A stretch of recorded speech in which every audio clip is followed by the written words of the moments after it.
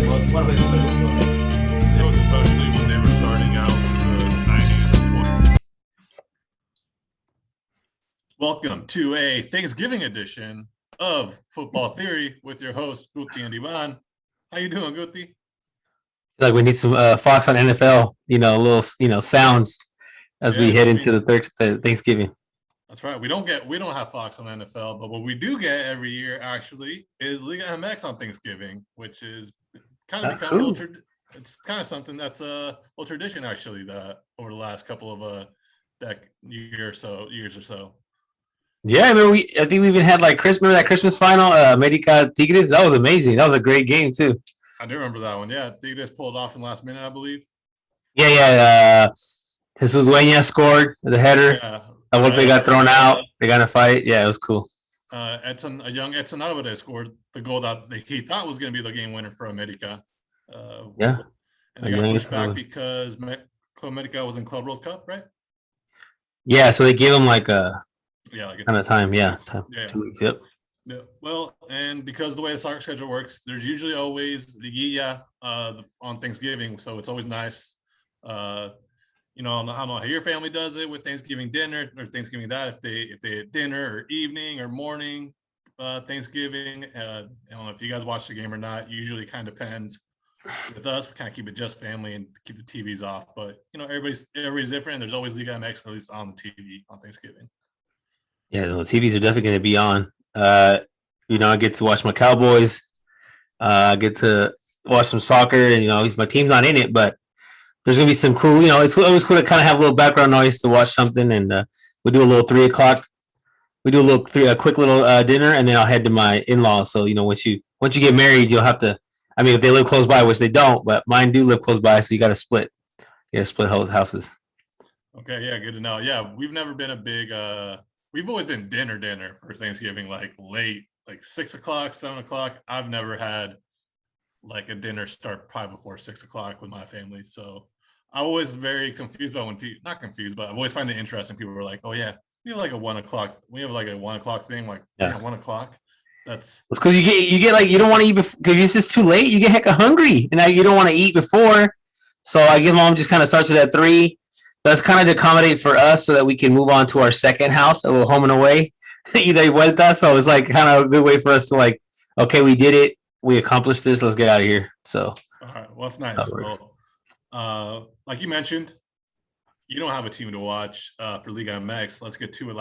This last weekend, we had a Repechaje wild card game pretty much between the matchups between the seeds 5th and 12th of the Liga MX. So entering this weekend, 1/6 of the team or 1/3 of the teams were out, 6 teams. And after this weekend, it was one game.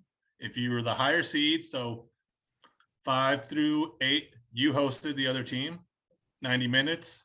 If you draw, PKs. You don't get any advantage for being a higher seed, anything like that.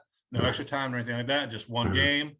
We've talked about a little bit before, but Guti, before we actually get into the matches, what do you think about the actual setup of a Repechaje? What do you actually think about the Repechaje itself, and how you like how they have the Repechaje? So 2 different kind of questions. I think they got to get rid of it. I think it was cool for the little COVID season. They were trying to get people interested. I think we got to get rid of it. I think we don't need that many teams playing. But it ended up, it's kind of like the NFL had that wild card weekend too, and it's kind of cool to watch those games. But it's a little bit different because that one's like a second seed from each group in the NFL. This one's there's some teams that you said all the way to 12. When we only have 18 teams.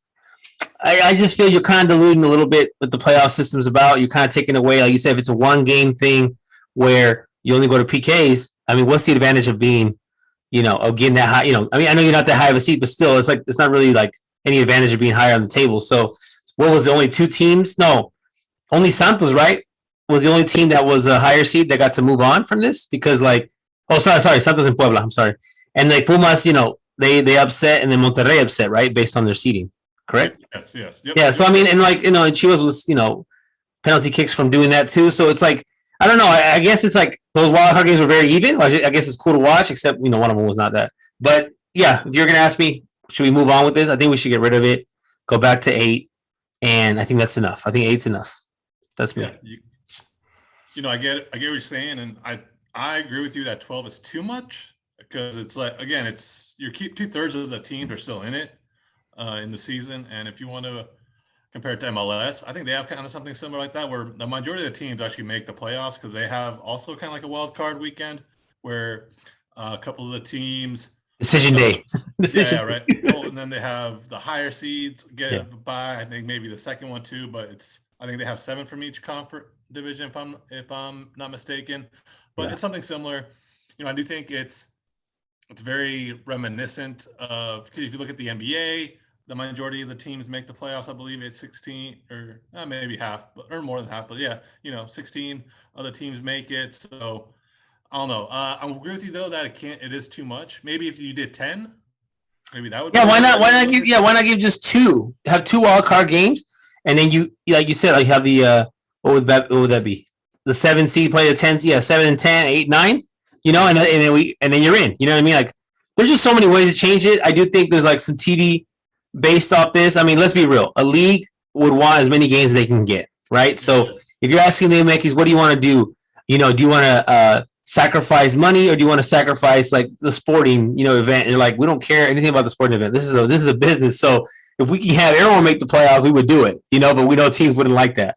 MLS, same thing. They don't, they're not here to, be the same as England, right? EPL, because they're not going to be the EPL, regardless if they do a full season and all these different things. Like, you're not the EPL, you're not the La Liga. So it's like, I guess you kind of want to like feed into that the fan base, right? What's the fan base? The fan base here in the United States is playoffs, right?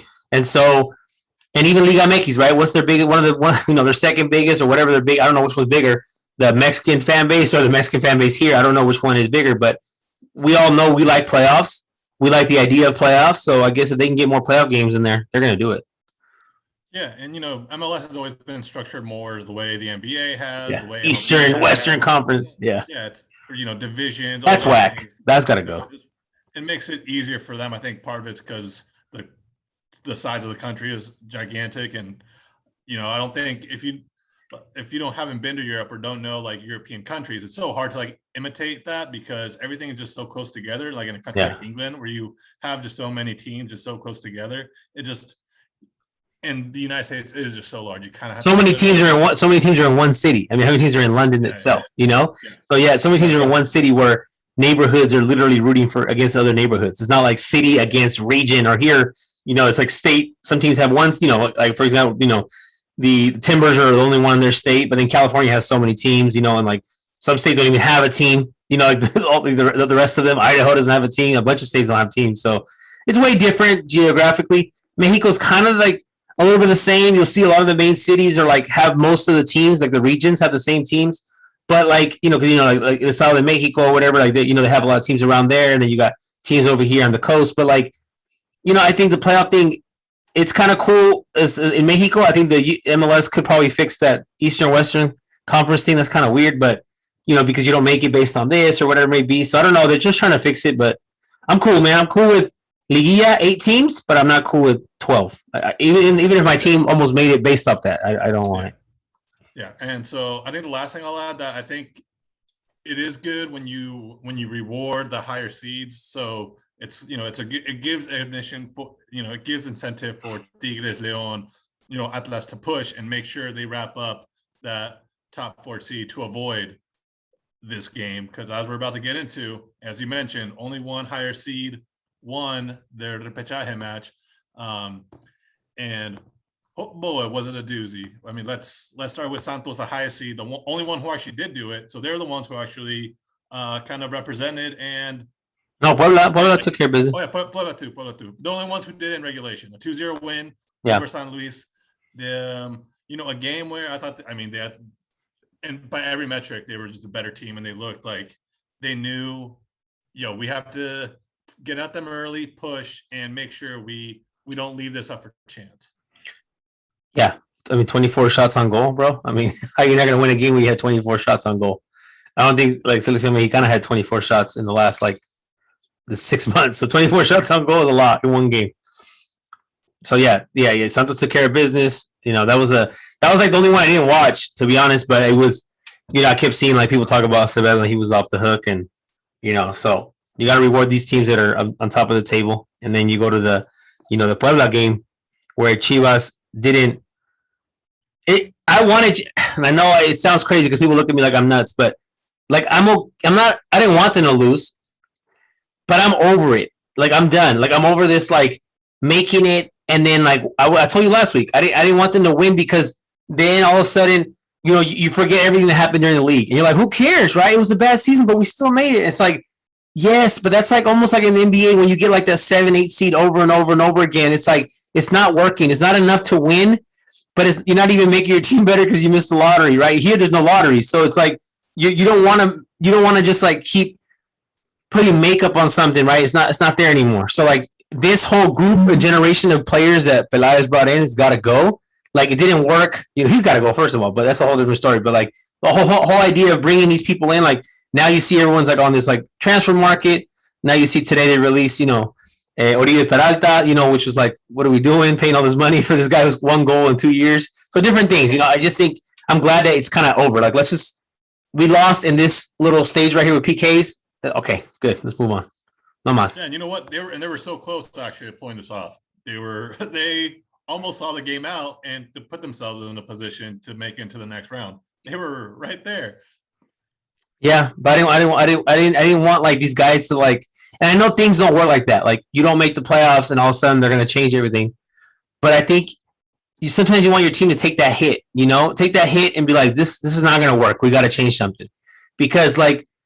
You bring a new coach in. I know he was just trying to finish the season. All of a sudden, like it becomes a good season, and next thing you know, like they want to keep everybody, and I don't know. I'm just okay, kind of exiting this way. You know what I mean? I just want to exit this way. This is okay. Well, you make a good point because with teams like America and Chivas and Cruz Azul, sometimes you have to hit rock bottom for things sometimes to really pick back up. I think people forget that. Before Herrera was America was not in a good spot. If I recall, they were not producing the players they're producing. They weren't finishing the leagues. They weren't finishing. I did the first time, not the first round. Yeah, no, it was right. Who they have? Nacho Ambriz? No, it was before that. Maybe, but they've been pretty before. They were pretty steady. They've been pretty steady since Herrera the first time. But before that, they were struggling a little bit and not making where they are now. And you see it with Cruz Azul. You've seen it with Chivas at times. You saw it with Chivas before they won their last title, before Almeida was there, right? They were struggling constantly with that same kind of thing. So you do kind of have to hit rock bottom. This kind of middling in the middle for those kind of teams, kind of, you're right, isn't enough. And again, they were, in the history of like hierarquía, then yes, they should be better than Puebla. But this Puebla team, they were semifinalists last season. They're a pretty well coached team. This isn't like a shock that Puebla won by any means. No. If anything, they do have more of an identity to themselves in the way they play than Chivas does. So, for them to come in and win against a Chivas team that, if things aren't going well, they've been their ups and downs, but to have it like right there, you're 4 minutes away from wrapping this game up, adding extra time and to get away and for Puebla to win on PKs. That's big for them moving forward. Yeah, I mean, that's, you don't want to lose that way, and people always say like, oh, la grandeza de Chivas, all these things, but like, bro, like I could just see past all that. I'm past over this like name and like these like, well, they should have won because they're Chivas. Yeah, they should have, and like even with having a terrible season and a terrible planification of the season, even with all of that, like. Chivas, like you said, are 4 minutes from winning, and then even in PKs they could win it, and they still don't do it. And like you see little individual guys like Gudiño, who's he's doing really really well. There's certain players that are like, okay, they're doing good. There's players there. There's like there's enough there, but I think there's just got to be a better idea of what the season's going to be next year. A new idea, bring some some other guys in, get rid of some of these veterans that aren't working. Get rid of some of these names. So it's okay. I'm okay with it. I just It's not cool to lose, but then again, what do we say? Did we say 12 teams should be in the playoffs? No. So Chivas should not be playing that game regardless. So if you lose that way, then whatever. They shouldn't have been there. We agreed on a 10-team repechaje. They would have been in it. So you take that back. Okay, a 10-team repechaje, sure. What was the I don't remember. I mean, we were a lot younger, but when Chivas would go to Repechajes a lot, like going con Cruz Azul, and they would have these crazy games, what was like the format back then? Why was there Repechaje back then? Oh man, I don't remember, but God, I remember somebody mentioning on Twitter the other day. Give him a shout out. I forgot his name. Remember when ligamx used to do groups? Yeah, I love that. It was like Grupo Tres. Dude, I don't know. I think that was part of that era. I think that was part of it. I think that was part of it. Yeah. Okay. And so I think what happened was, I think that's what it was. It was like ended up being where they only had like 6 teams in it, and they needed to find like the next 2 or something. But the Repechaje games were dope, man. It was like 5-3. There was always some good games. Well, speaking of a team that wouldn't have been in it if it was 10 teams or 8 teams, and got in it on the last day after winning their match 4-1, I believe, or no, 4-3. Sorry. Pumas come in, they knock out Toluca 2-1. Number 2 seed. Oh, they were the number 2 seed at the time. The number 2 seed in Repechaje, the number 6 seed here. Pumas come in at 11th. They enter the last day. They enter the last day by pulling one off in the last minute against one of the rivals, Cruz Azul. And now Pumas are flying high, and we're going to get into their match, their quarterfinal match coming in. But if I was that team they're about to play with, especially with who it is, man, I'm a little worried about Pumas, because now they got rolling a little bit, because now they beat one rivalry, they beat one rivalry team, they go to Toluca, they win 2-1, they're riding high. And talking about a team coming in the last minute, who they only have 5 wins in the season of the 17, and here they are. They're coming in hot, and like you said, they beat Cruz Azul again, coming back from them again, because that was 2 years ago. Remember, in the playoffs to go to the final, right? Yeah, yep. And they were down 4-0, and they tied 4-4. Oh, I remember that. You're right. Okay, they tied the second game they won. Yeah, so this is the same thing. If you're America, you don't want to play Pumas, because out of all the teams here, this is your number 1 rival that's left. Because you're in Mexico. You're right there next door, your neighbors, and Pumas, like I said, is coming in hot. And we know how it goes when teams get hot. It's like the coach doesn't change it up. We go, hey, same guys, go out there, you can do it again. And America's kind of been standstill for a couple of weeks. They didn't close out the season strong, So I know we're going to preview that in a second, but if you got money, man, sometimes maybe it's time to put some money on Pumas for this game. And you talk about catching a team hot, or a team coming in hot. Puebla, Santos, and Toluca all finished tied with 24 points, right? 5, 6, 7. One in PKs, one lost, and one won their match. And all it was goal differential that got them there. And actually, it was goals scored that got Toluca the spot ahead of Puebla. Mm-hmm. I mean, because they were tied on goal differential and tied on points, and they just had more goals scored on it. They had scored more goals. So these margin of errors in the league that adds up to you being in these moments and being in these matchups. This is where Liga MX is really tight throughout the season, and all these tight little pockets of points just kind of going either way. This is where now, because of these things, kind of fall out. And now, Puebla Pumas played with no fear. They played with house money, and they're going to continue that kind of momentum, house money, which, at times you want to talk about tactics, and you want to talk about, how a team's set up, what works and what doesn't work. And sometimes it's just a team that's hot and a team that's really feeling the momentum of a couple of good results. Mm-hmm. Yeah, it's the perfect time too. Like this group is not like star-studded Pumas either, and Pumas hasn't been star-studded obviously in a long time anyway. So like they're a gritty team. Like you said, the points are it's crazy, because the playoffs is pretty much resembles what the league is like, where like on a random weekend some teams are hot, some teams are not. It's very fair, very like we're talking about the parity in the league. It's you'll have a team that's killing it on points, but you still are like, but in the playoffs you'll see what's up, right? You still got to win 3 rounds. It doesn't really mean much that you're super leader, right? And for a long time that was like you didn't want to be super leader anyways. You'd be out the first round, which could be right now. We'll see what happens with America, but you look at these teams. You're like, right now, for example, you'll have Atlas waiting in the next round. It's like you're playing a Monterrey team that just killed Cruz Azul. In Cruz Azul, I thought Cruz Azul was actually going to be the one that's going to win the whole thing again. They're going to win. They'll figure it out.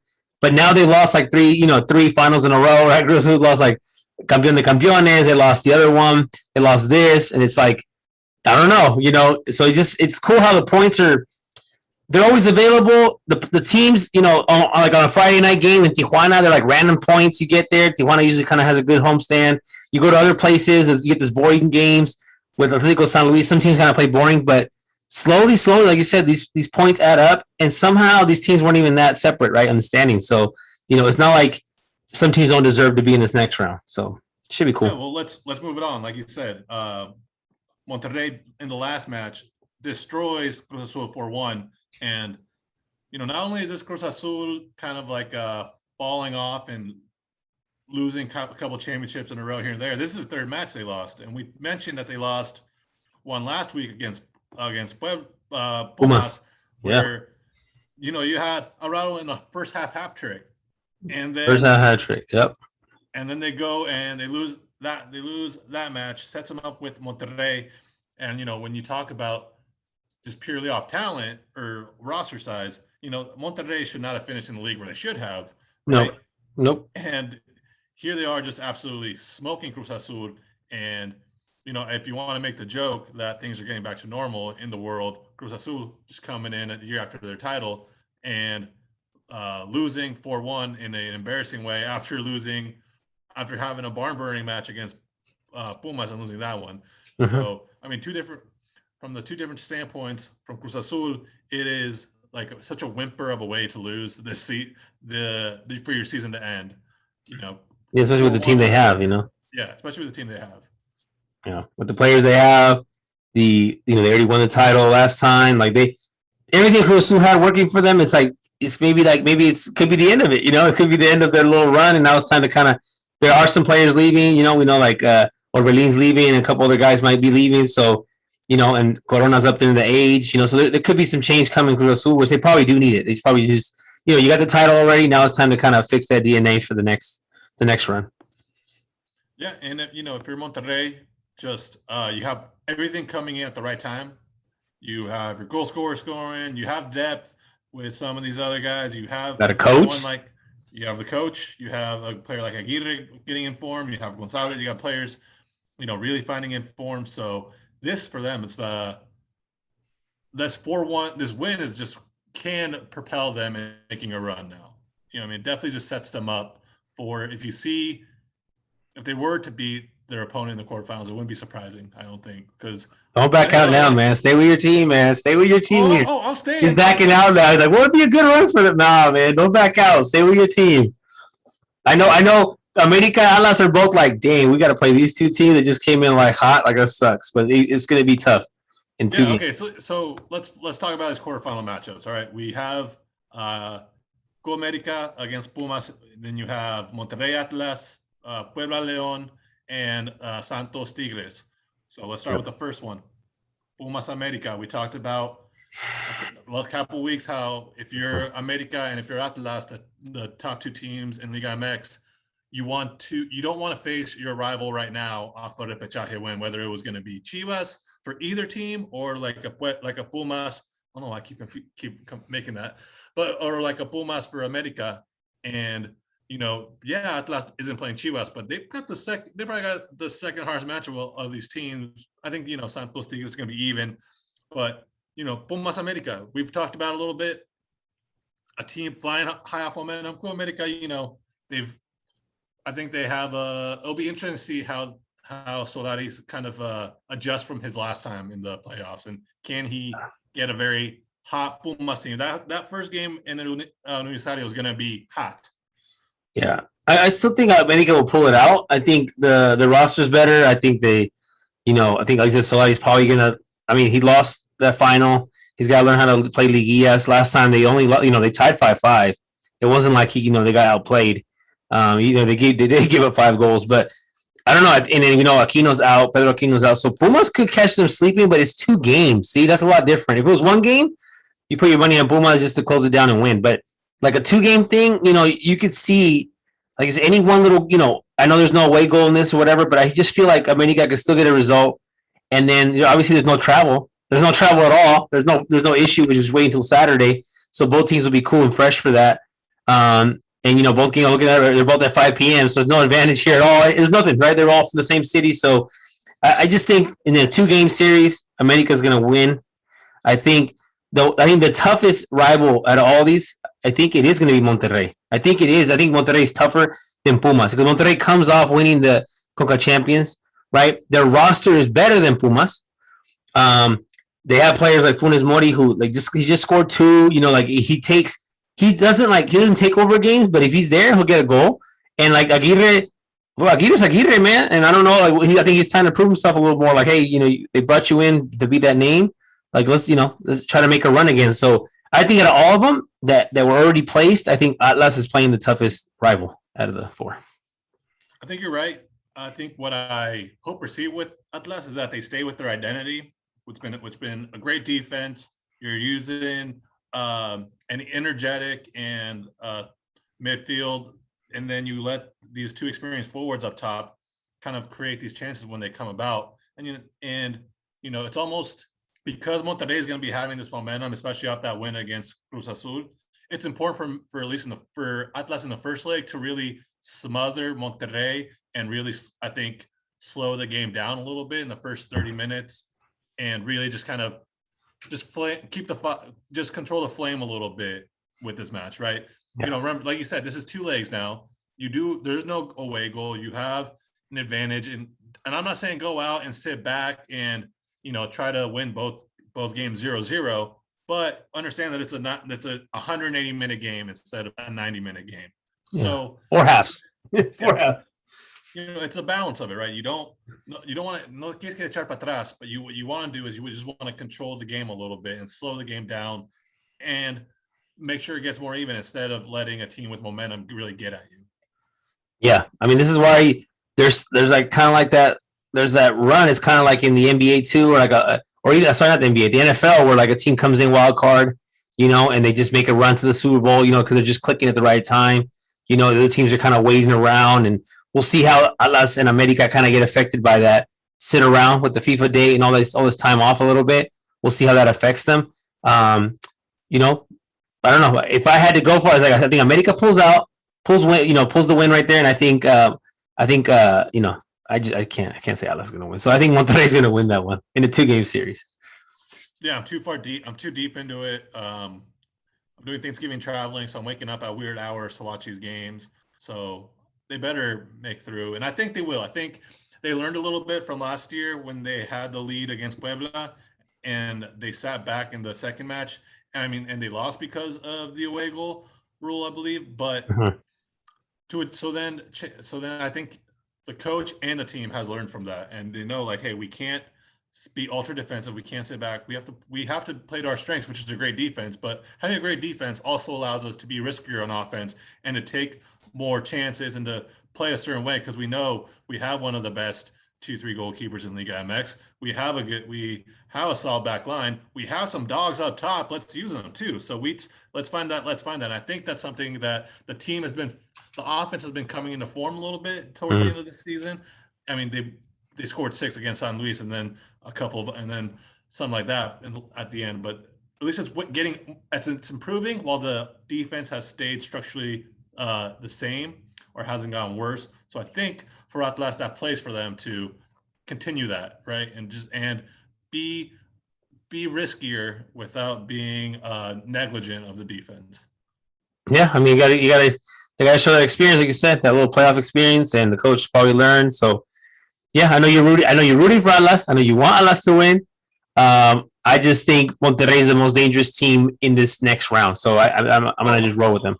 I'm with you, man. We just talked about they shouldn't have finished 9th in the league to begin with. The squad, no. The squad's the first most expensive squad in Liga MX, or top 3 at least. I know the Monterrey teams are usually first and second. It's up there. You're talking about an experienced coach. Yep. So yeah, if everything, this is the worst probably matchup for any of the other 4 teams that got the bye.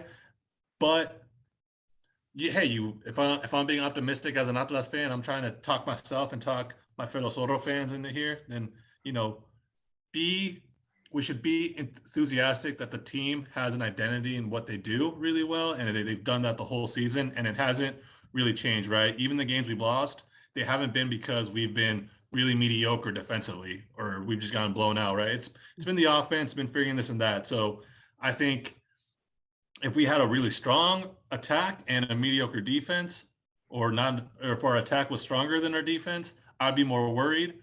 But because of the defense being the sound and the most consistent and the best defense in the Liga MX this last year, I think that leads for us to be able to have a better chance moving forward than if it was the opposite. Yeah, and then they got to do it, man. Like, you want to be a champion?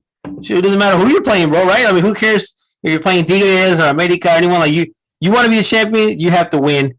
You have to win in 3 rounds. You know what I mean? So it's like there's no, and I'm always been like, hey, let's play the best team first. Who cares? Knock it out. So we'll see. Alas could be, they take care of business here. Then they're like, oh, dude, we just beat a team that's this strong, that has this many players and stuff, this much talent. Then a couple other opponents wouldn't even match up to Monterrey. So I think Alas would be in a good driver's seat right there. So yeah, and they got players who have experience. I mean, when you talk about players like Rocha, when you talk about players like Fuch, these guys have experience. These guys have been there. These guys have been there for a minute. So no worries. I am worried naturally because I've been an Atlas fan all my life. There's not a reason I shouldn't be worried in situations like this, but I'm optimistic. We'll go with that. The third matchup, the one that's going to be played Thursday in the evening, the 5:00 matchup, Puebla León. León finding their form towards the end of the season. Yeah. RIP Nacho Ambriz's Spanish career at the moment, but the team kind of has found their form, and after losing him this last season, and that's a very well matched series. Like anyone could just win that series. Puebla coming off a good win at home, coming back, being a stronger team than they should have been placed a little higher. So, León coming off, like you said, they fixed a little bit things with a new coach. I don't know. It's gonna be a very even series that you would probably want to watch both times because it'll be a good game back and forth.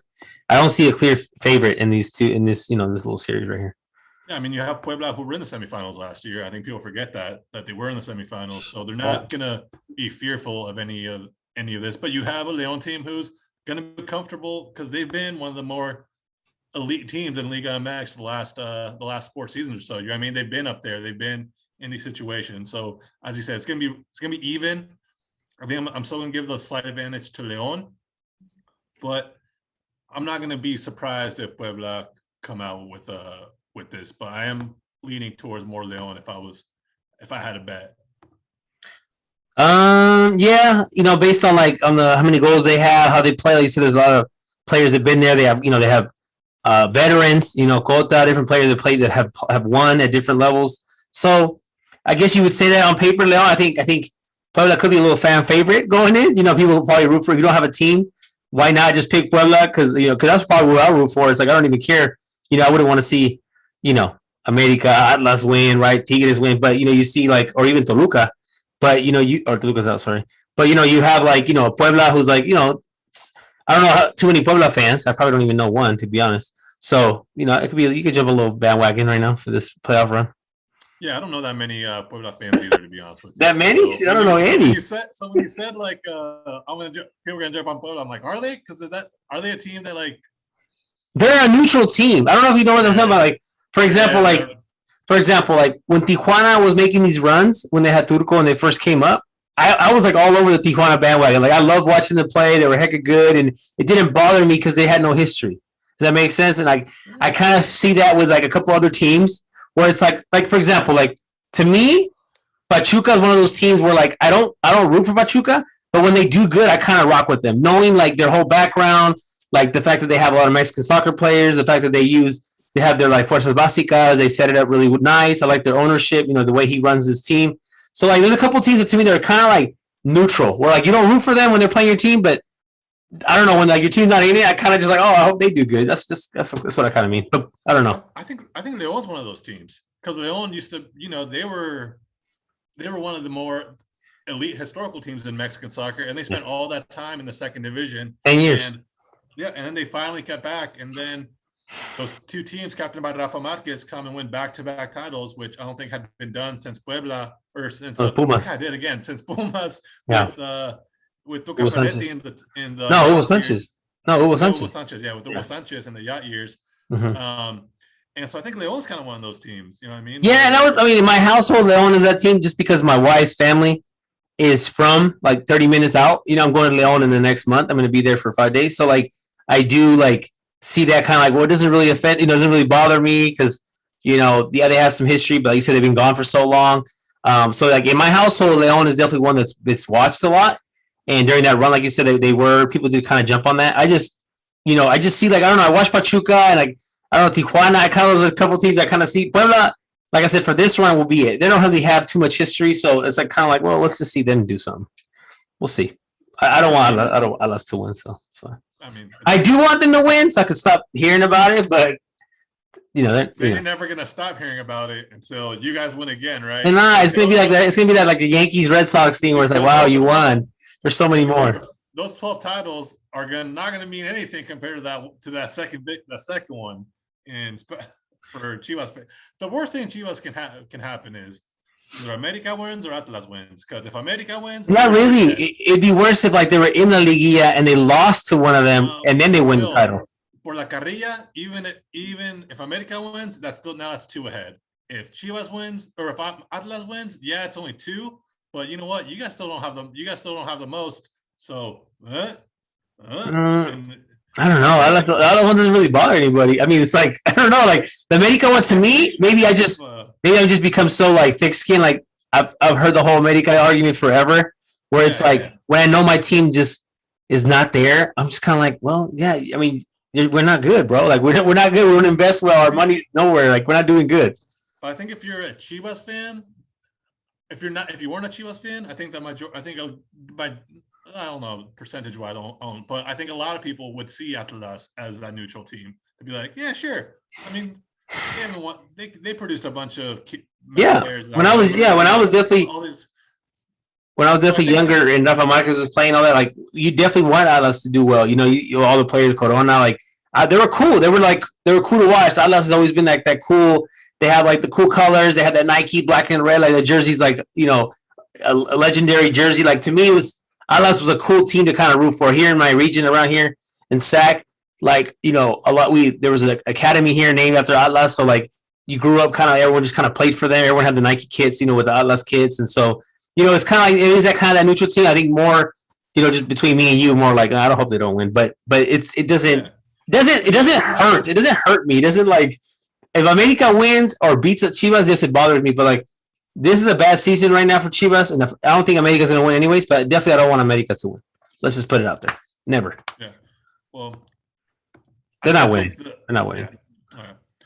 Well, and the last one is talking about teams who probably nobody else wants to win outside of their own fan group, but Tigres plays Santos.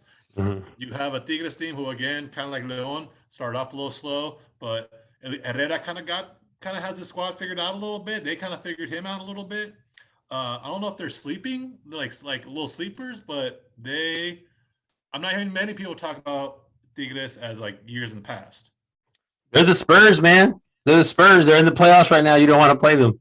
They got veterans. They got veterans for days. They have a veteran coach. Like you said, they were just figuring him out. I don't think they're at the level they were with Tuca, or Herrera's not coaching them the way his Americas were playing. But you know, I think they thought that was going to click better. It hasn't clicked the way they thought it was going to click, but I do think the players that have Tigres is kind of like some of them at the end of the run, man. Like Guiñac's at the end of his run. Like it doesn't matter how long you keep him. Like he's not. I forgot like the stat. He barely scored like 1 goal during play, like gameplay, without being a set piece. Like you know, it's like he's solid. He's one of the best players. What was that? I mean, he's 35. No, that's what I'm saying. Like I think it's the end of that little click that Tuca had. And they're going to have to like reform it after this, but I think you don't want to play them because they are, to me, I'm telling you, they're the San Antonio Spurs, man. They got veterans. They've been there before, and a playoff game against Santos is not going to scare them at all. No, but you know, you have a Santos team who, if you want to talk about one of the club teams, can you talk about Pachuca being this club team who, you know, besides the actual teams they produce, everything they've kind of done behind the stages of what they've established. I think Santos are one of those teams in the ligamx who have this really great youth system. They put in this whole new school in there, all these fields. They really made everything, and they're producing players as well at a decently high level for what Liga MX teams have been producing. And you know, it's one of those teams that they automatically get your respect on paper. Yeah, I mean, they have players. I mean, they have players. They have veterans. I mean, like you said, their youth system is definitely top. I would say top 3. You know, if not, you know, because I think Pachuca was for a while. But I think Santos is probably a little higher right now as far as the players they're bringing out. But you know, we all want to see that goalkeeper, man. We all want to see him play. We all want to see Acevedo. Everyone's going to be watching because he's that, you know, hot keeper. He's young, and we're going to see what he's doing. And you look at the Santos team, and like you say, you do respect them because, you know, I'm not going to say they're like an easy team to beat because they're not. Because, I mean, I remember last year, weren't they? They were in the final. They were at least in the semifinals, right? Who did Cruz Azul beat?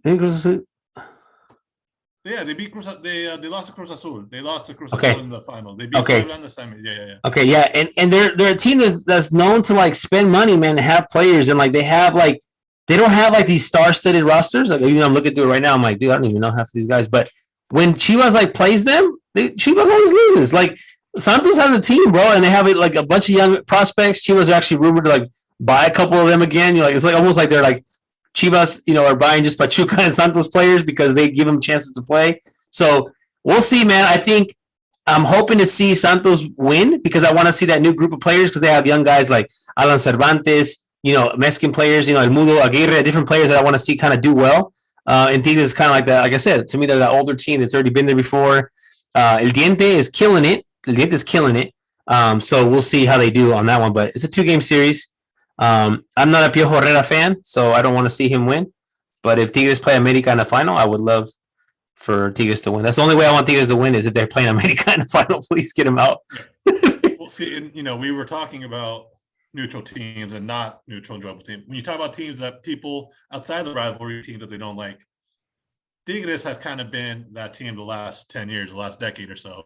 And so you have people almost hate watch Tigres. I don't know. I like them. You didn't like them?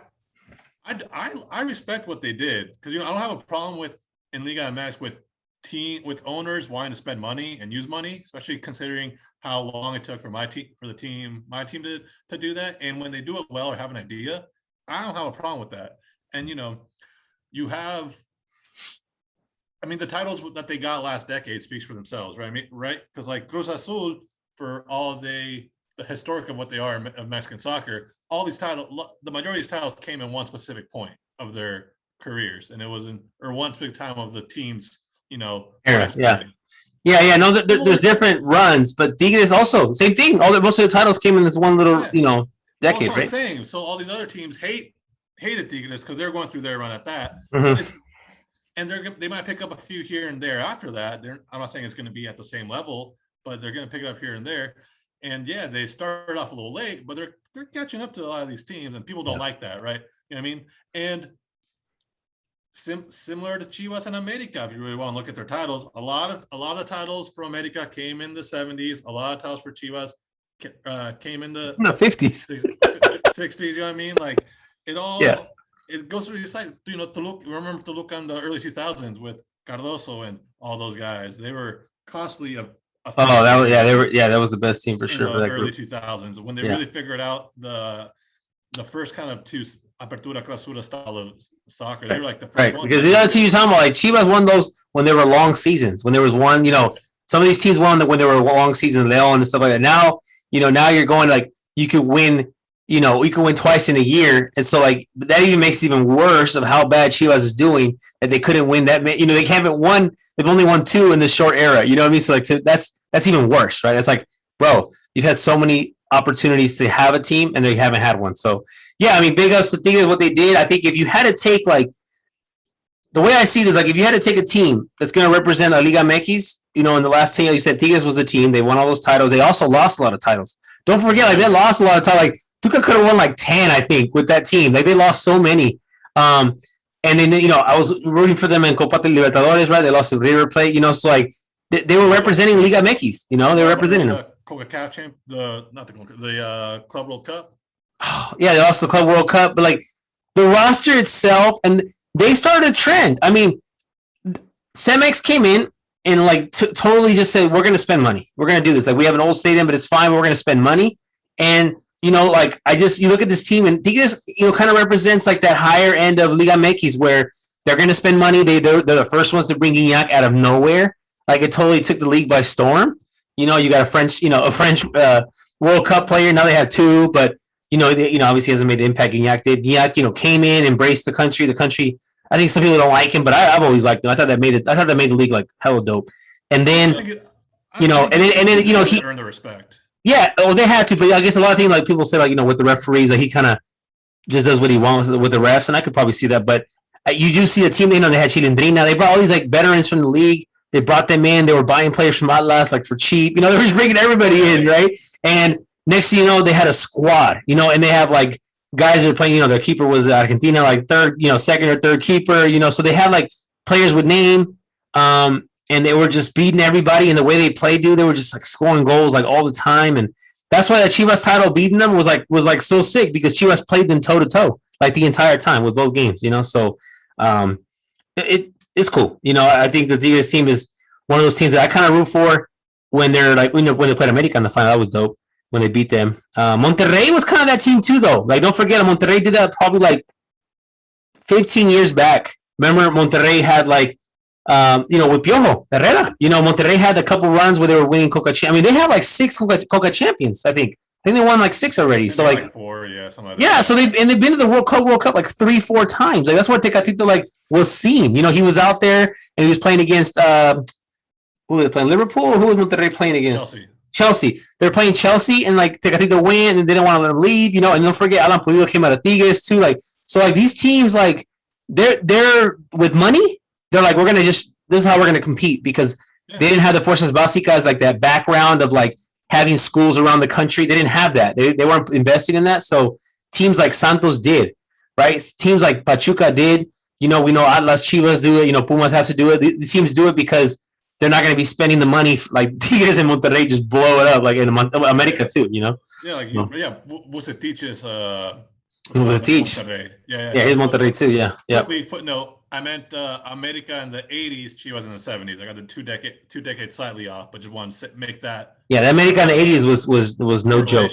I want to make that correlation of the majority of when a lot of their titles came in these decades before, footnote, so no one can correct me. I got it. Sorry. Moving forward. And those are still year-long titles. Those weren't short titles. Yeah. Because Toluca, like you said, Toluca did this when the whole format started changing. They were just winning back to they were just winning. There was always in finals. Competing. They were always competing. They were always in the finals. Yes. Yeah, and then when you said Monterrey with the teach when you had the Chilean forward. Humberto Suazo. Yeah, I met him. Yeah. Quick little trivia on this one. That Monterrey team, but they had Piojo at the time. But they still had Suazo, they had Cabrito Arellano, they had like Felipe Baloy. They had like Cristian Martinez was their keeper. Guille Franco wasn't there anymore. He wasn't there anymore because this was 2000. This was 2007 2007. So Guille Franco was already in like Villarreal or something. He had already went to Europe. Remember, because that was after the World Cup, after the Germany World Cup. But they came. It was just totally random. My friend called me. He's like, "Hey, Monterrey's going to practice at our high school that I just graduated from." I was like, "What?" So we go to there and like they're literally training. The whole Monterrey team was going to play against Norwich City here in SAC, which is like kind of like the first time when like teams started coming here. We started doing this whole like Mexican thing, teams coming. And yeah, Piojo Herrera was there. Suazo, they signed a soccer ball for me. All these players, it was dope. It was random. There was like 10 people watching this practice. It was like so like no one knew about it. So anyway, that was cool. Well, that was just trivia. A little trivia for you. Damn, okay, I like that. All right. I think on that note, so you got Tigres, you got Santos, you got the neutral good or the neutral bad? No, I'm gonna go with Santos. I want to see Acevedo do good. Alan Cervantes, former Chivas. I want to see Santos do good. I want to see him do good. Okay. And it doesn't bother me that Santos wins. That makes sense. Yeah, I'm not gonna hold you to it because with your predictions, it's more like we have this idea of what the teams are going to play, and if they play those same styles and they don't get the result, well, that's just the game. You know what I mean? So, but yeah, I understand why you're going with Santos. I think personally, we do share ownership. So, I know with Morelia, I didn't like the ownership, but this is their ownership, and I think it's okay to be the separate parties is fine. I think they do well for both. So, I think I'll go. I'll go Santa. No, I will Tigres. I'll be good. I think Tigres in the next round will make for a better matchup regardless who they play. So I think it makes up for that. Yeah, I just want to see Acevedo. See what he can do. I feel you with that. All right. I mean, any 50-50s for you, Guti? I was gonna throw it at you because I don't follow the league at all, and I don't want to. Like you said, I know you said it before. You don't want to be the voice of this either. But like all this, like I don't know. I'm on Twitter, like this whole like situation with the NWSL. Like, do they need to just start the league over, end it, start over, like rebrand it? Like, what is the issue with all these coaches and these people coming out, and just the fact that like players are just not being treated as professionals and as humans? So I don't know what you think about that. Yes. Okay. So for people who have not caught up, I would say go out, do your reading, catch up. I like Guti said, I followed a little bit, especially following now that there's there was a team in Portland that I follow, the Thorn, and then the now team in San Diego, so same league. So Wave, the Wave, yeah. So I've been we just signed our first player. So yeah. So we talked about it a little bit a couple months ago about abuse from coaches to players. They had their final on Saturday between the Washington Spirit and the Chicago Red Stars. Washington Spirit won. Dennis Rodman's daughter actually plays for them. That's its own Alexis, right? What's up? Her name Alexis? No, I forgot her last name. I don't know her first name, but yeah. But anyways, Trinity. I think it's like Trinity or something. But yeah, keep going. Yeah. Well, the Red Stars released their coach, and they released him at midnight Central Time that day of the final. And then the next day, an article comes out that he's been abusing players, that there's been warnings that players have reported and have said, hey, this coach is abusive. This coach is racially abusive. Coach is sexually abusive, verbally, all these things, right? And now it's been documented that it's happened in the past. And I don't think it's a league problem. It's a federation problem. It's a U.S. Soccer Federation problem. A couple weeks ago, to lead up to U.S. Mexico, we talked about all the problems U.S. soccer has when it comes to Mexicans, people of color, and the way we've been undermined, the way we've been treated badly by this.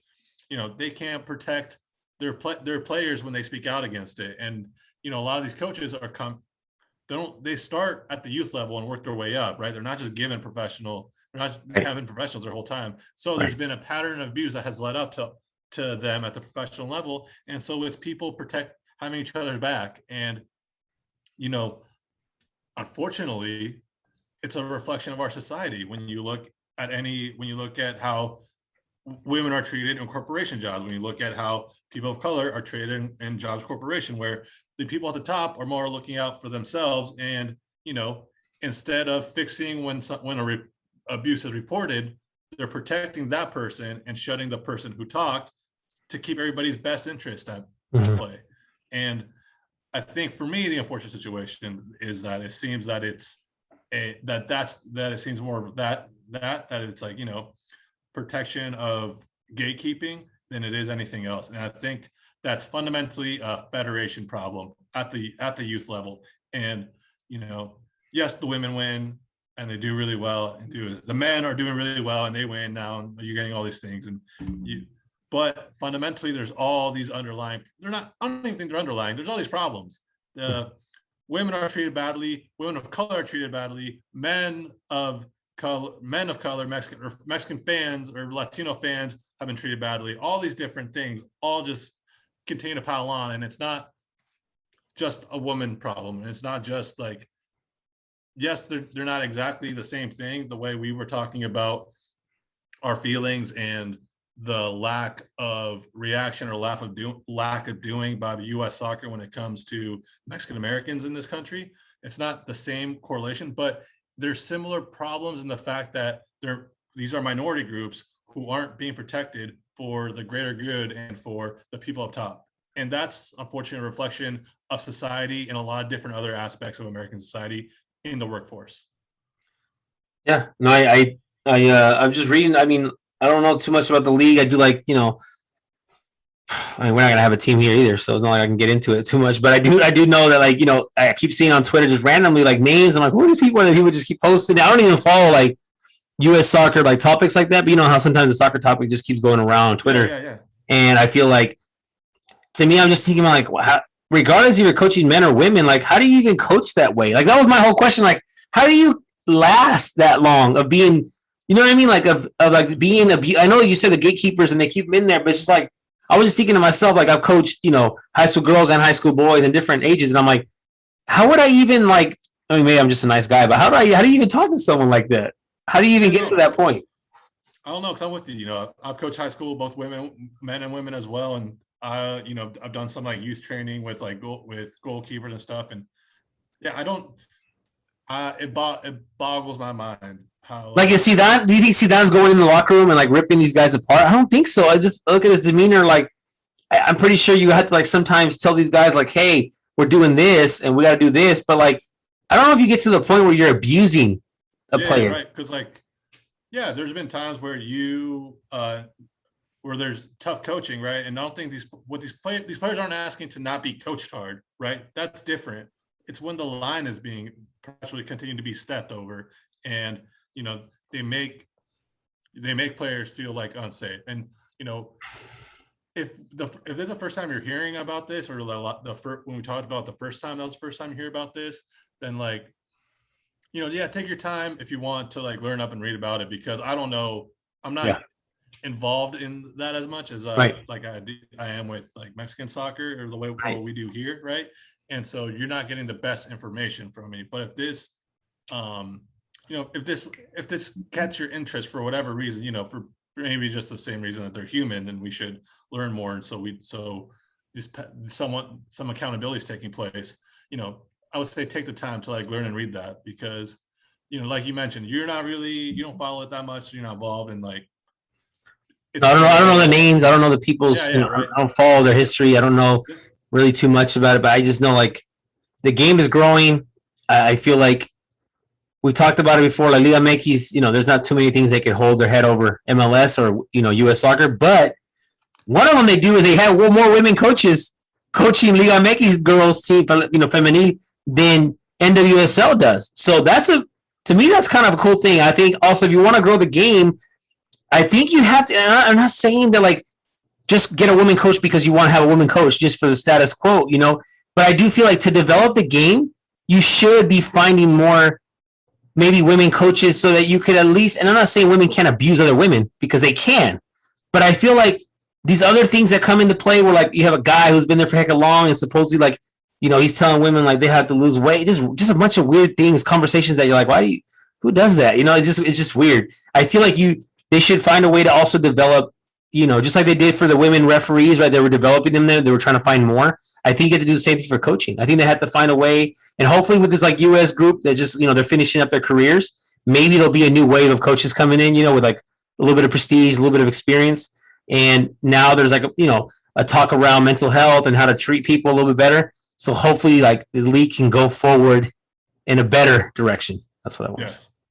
And, it only should not just be white women who get these opportunities, especially should not. Well, that's a whole other conversation, but definitely. It's the same thing with players. It's the minority players, the players of color who are the ones being least protected of everybody, right? When the first report that we mentioned a little bit, the first one when we talked about the first time, right, they were all player of colors, right? Whether African American or other, they're the ones who were not being protected, and so Latinas, Latinx, like African American, it can't just be white women who are coaching and putting these positions. It has to be women of color or people of color to be given the opportunities to coach and do that too. And you mentioned like because you just don't follow it, and it's not, so these names don't make sense, and vice versa.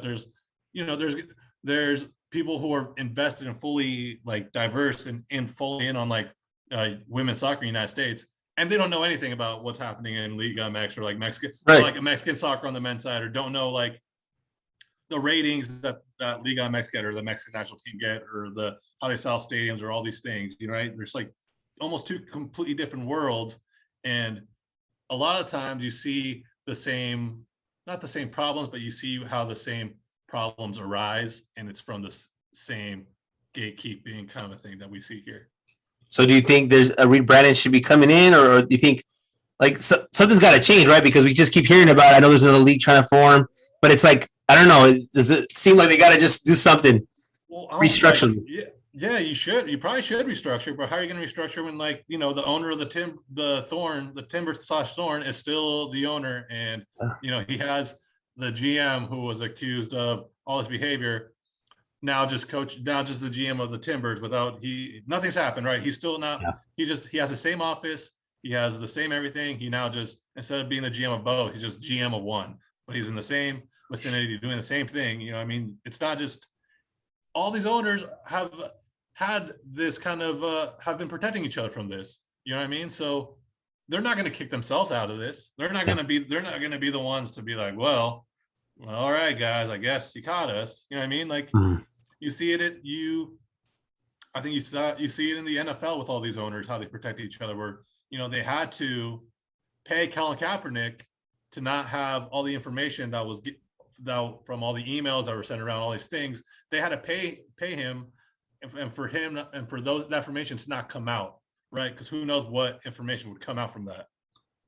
Yeah, right. I'm actually watching that Netflix special. It's a similar situation of owners where, like, they can't punish one, because once one gets punished, you know, then the dominoes start to fall, right? And it takes something really bad like Donald Sterling for the Clippers for recording, for something to be done, right? Because that wasn't the first instance he said something. It was just the one that they were able to use. And so it's you know, with these owners, they protect each other and they have each other's back so much, because when it goes well for one, it goes well for all. And once the dominoes, and it's a bunch of rich, egotistical people, and so, you know, once one of them gets their egos hurt and they want to knock down the other rich, egotistical egos that they hang around with to stick it to them. Yep. No. Yeah, I agree. I think you know, as long as it's going to keep coming out, though. That's the problem. It's not going to be the last story, but you'll see a little bit of, maybe they'll at least try to protect the player a little more and figure out what they can do to get new names in there, or people that don't have that track record of, you know, being the coaches, you know. Yes, absolutely. Hopefully. Yeah. Okay. Well, I think that note, we're going to wrap this episode up. We hope everybody has a wonderful Thanksgiving. Let's go. Lots of love, lots of soccer, lots of football. If you want to watch football, go ahead. You know, basketball, anything like that. But there's a lot of sports going on Thanksgiving. But yeah, we're past the 400 download mark, so that's a good thing to celebrate. And you know, happy Thanksgiving, everybody. Yep, happy Thanksgiving, Guti. I'm very thankful for you on our little journey here. So I appreciate you. Yeah, appreciate it. Likewise, man. Thank you. Everybody else, thank you guys so much. We appreciate you guys too. Right, we're out. It's kind of like, it was especially when they were starting out.